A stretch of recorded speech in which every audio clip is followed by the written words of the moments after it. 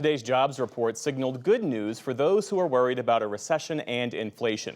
It also capped a very strong year for the jobs market overall. More than 4.5 million new jobs created in 2022. That's the second highest year ever since record keeping began back in 1939.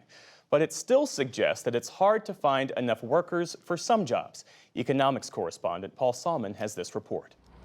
The final jobs report of 2022 hints that this year's economy may be okay after all. There is nothing to complain about in the December jobs report. ZipRecruiter jobs maven Julia Pollack says on top of 223,000 new jobs and a rock-bottom unemployment rate of 3.5%, the report highlights a key metric that will make the Fed happy, though not workers.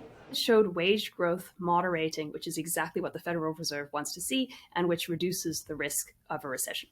Because it reduces the danger of continued inflation. Yes, because it reduces the risk of continued inflation and of the Fed needing to throw too much cold water on the labor market. In the context of the COVID years, Pollack says 2022 turns out to have been just right.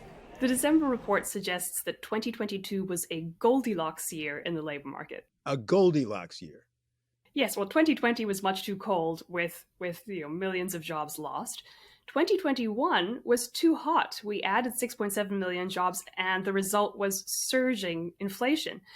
This year, we saw 4.5 million jobs added, so still an enormous number, but not so large that it caused inflation. In fact, inflation moderated and wage growth moderated. But even with an employment report this strong, the labor market remains spandex tight.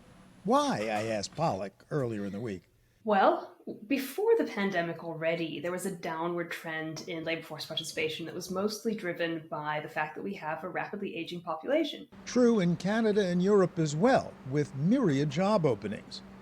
But Pollack cites causes peculiar to America.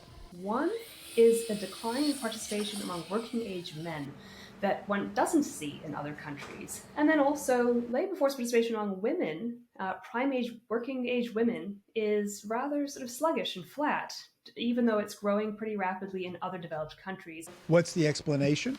The rates of crime and incarceration, which are barriers to employment. Another is the increase in the use of drugs like opioids and fentanyl, which are also keeping people out of work. And the plateauing of women? Not happening in Europe or Canada. Mostly because other countries have family-friendly policies like paid family leave, and the US does not.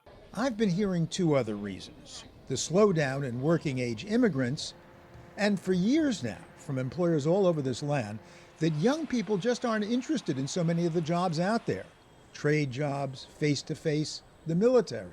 As Karen Paolucci, head of HR at industrial robot maker Yushin in Rhode Island, told me, you can schedule someone for an interview and they don't even come for their interview. And I've heard a harsher charge from numerous employers in recent years.